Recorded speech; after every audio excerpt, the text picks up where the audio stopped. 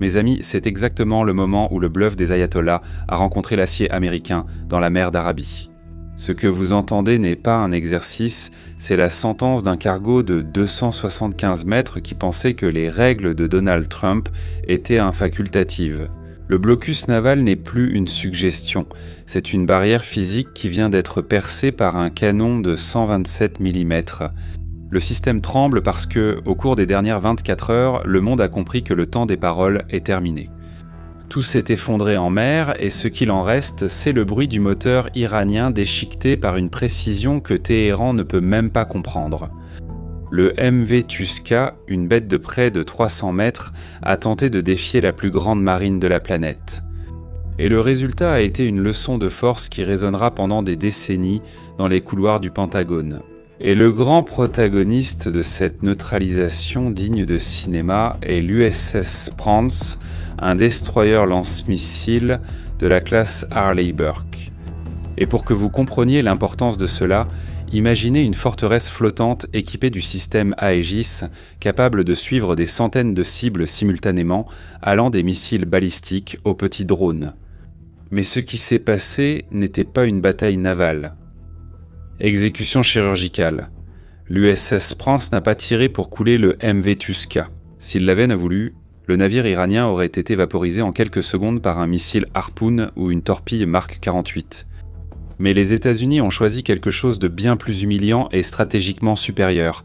Ils ont choisi l'immobilisation totale. Le tir a été effectué avec un canon de 127 mm guidé par radar de très haute précision. La précision a été telle que le projectile a traversé la salle des machines sans provoquer d'explosion catastrophique qui aurait détruit la cargaison ou transformé le navire en boule de feu. Cela signifie que les États-Unis sont désormais les propriétaires absolus de tout ce qui se trouve à bord. Ils ne voulaient pas seulement arrêter le navire. Ils voulaient les renseignements, les ordinateurs, les documents et la preuve physique de la violation du blocus. Il y a eu 6 heures d'avertissement répétés. L'USS Sprint a donné à l'Iran toutes les chances de reculer. Mais les ayatollahs, dans leur arrogance nihiliste, ont ordonné au capitaine d'avancer à toute vitesse en direction de Bandar Abbas. Ils voulaient tester la volonté de fer de Donald Trump. Le résultat fut une bête de 275 mètres pesant autant qu'un porte-avions, désormais laissé à la dérive, attendant les hélicoptères américains, pendant que l'équipage iranien tentait de comprendre comment un seul tir avait désactivé le cœur de leur navire. Car pendant que le navire Tuska perdait sa propulsion et restait immobile sur l'eau, le ciel au-dessus de la mer d'Arabie fut envahi par le bruit assourdissant des rotors. La 31e unité expéditionnaire des Marines, les légendaires Marines, a décollé de l'USS Tripoli. Ce que nous avons vu ensuite était une leçon d'opération spéciale qui humilie n'importe quelle vidéo de propagande iranienne. Des marines descendaient encore de l'Is, équipés de lunettes de vision nocturne de 4e génération et de fusils d'assaut prêts à toute résistance. Mais il n'y a pas eu de résistance. L'équipage iranien, qui quelques heures plus tôt ignorait les avertissements radio, regardait maintenant, paralysé, alors que les meilleurs soldats du monde prenaient le contrôle de chaque centimètre du pont. Voici le détail que les médias traditionnels ne te diront pas. Qu'il ne montrera pas dans son émission, ni au journal national. Qu'est-ce que les Marines ont trouvé dans les ordinateurs de bord du MV Tuska ? Eh bien, le navire était sous sanction du département du Trésor, à cause d'un historique d'activités illégales. Mais ce qui a été découvert hier change la donne. Le renseignement radio a détecté que le Tuska ne transportait pas seulement de la cargaison ordinaire. C'était un centre de communication mobile pour la garde révolutionnaire. En capturant le navire intact, les États-Unis ont maintenant accès aux clés de chiffrement et aux plans de déplacement de toute la flotte fantôme de l'Iran. Le système a tremblé parce que l'Iran n'a pas seulement perdu un navire. Ils ont perdu le secret de la façon dont ils finançaient leurs milices dans tout le Moyen-Orient. Le président Trump a été chirurgical sur son réseau social. Nous avons le contrôle total et nous examinons ce qu'il y a à bord. Cette phrase est un cauchemar logistique pour Téhéran. La grande question que se posent les analystes de salon est « Et si l'Iran fermait le détroit d'Ormuz ?» La réponse courte est « Les États-Unis ne s'en soucient plus ». Suivez mon raisonnement maintenant. Les États-Unis ont atteint l'autosuffisance énergétique totale. Le pétrole qui passe par Hormuz aujourd'hui est un problème vital pour la Chine et pour l'Europe, pas pour Washington. Trump a la liberté totale de étrangler le régime iranien. En réalité, le blocus est bon pour les affaires des États-Unis, qui exportent désormais leur pétrole doux d'Alaska et du Texas vers les alliés européens qui dépendaient auparavant des miettes de Téhéran. Pendant que l'Iran dépense de l'énergie à créer des vidéos d'animation et des Legos pour montrer des attaques fictives contre des destroyers américains, la réalité sur les eaux est que 160 navires de guerre iraniens reposent déjà au fond de l'océan à la suite de confrontations passées. Le régime de Téhéran joue avec des cartes truquées et le Pentagone les connaît déjà toutes. Le ciel au-dessus du MV Tuska était saturé de puissance de feu. Le FDX-8 Super Hornet et les légendaires ADX Warthogs assuraient la couverture. Si une seule vedette rapide de la garde révolutionnaire avait tenté d'intervenir, elle aurait été réduite en fumée par des canons de 30 mm avant même d'entrer dans le champ visuel. Le blocus de Donald Trump n'est pas une suggestion diplomatique. C'est une barrière d'acier infranchissable qui épuise les ressources financières des ayatollahs à chaque heure qui passe. Et l'Iran a réagi avec la rhétorique habituelle. Il a qualifié l'opération de piraterie armée et de vol maritime. Ils ont menacé de riposter en frappant le détroit de Bab al-Mandab, près de l'Arabie Saoudite. Mais faites attention à la faiblesse de cette menace.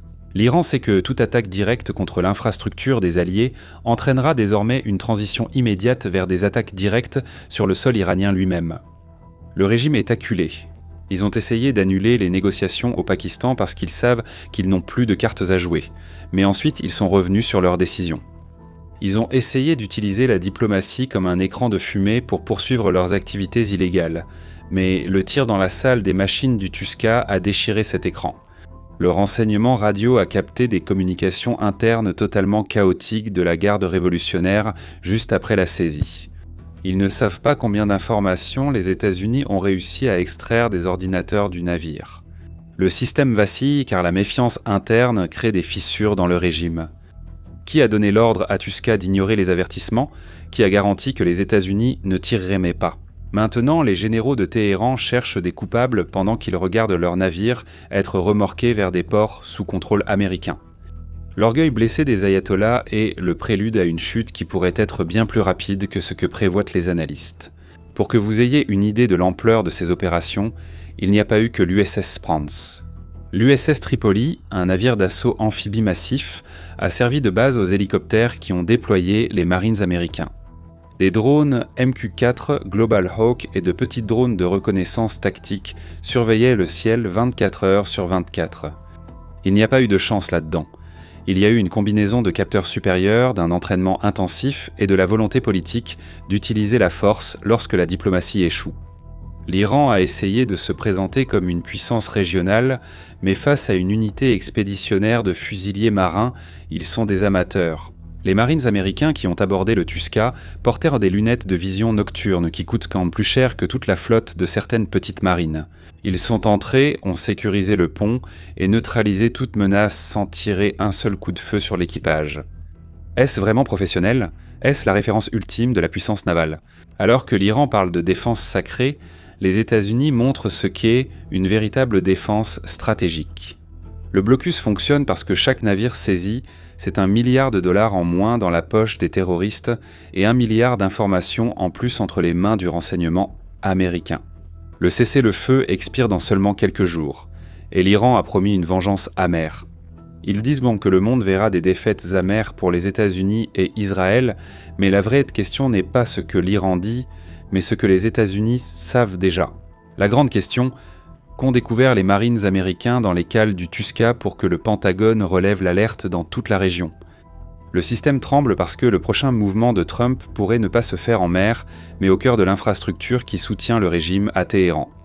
Le renseignement radio a détecté un mouvement inhabituel de missiles balistiques à l'intérieur de l'Iran juste après la chute du Tuska. L'échiquier est en place et les pièces se déplacent à une vitesse que les médias traditionnels ne peuvent pas suivre. Si tu veux en savoir plus que ce que les médias t'apportent, passe à l'étape suivante. Il existe un endroit où la censure n'entre pas et où la vérité nue et crue est révélée à ceux qui ont le courage d'écouter. Là-bas, je cite des noms, j'apporte des rapports qu'il est impossible de montrer ici. C'est notre plateforme sans censure, protégée, et le lien se trouve ici dans la description, dans le commentaire épinglé et dans le QR code que tu peux scanner avec ton téléphone. Il y a déjà plus de 3000 membres qui ont compris que l'information est la seule véritable arme de défense, et cette grande communauté, qui ne cesse de grandir, soutient les contenus que nous proposons ici. Pour protéger ta famille de l'endoctrinement et chercher un divertissement fondé sur de vraies valeurs, découvre notre chaîne de films et séries. Sans culture woke ni plainte, tout est là pour profiter en famille. Le lien est dans la fiche, dans la description et dans la vidéo associée. Maintenant, abonne-toi à la chaîne, active la cloche des notifications, laisse un like pour renforcer ce réseau de liberté. Protège ton esprit. Je suis Shimon Oliveira et je te donne rendez-vous dans la prochaine vidéo. À bientôt.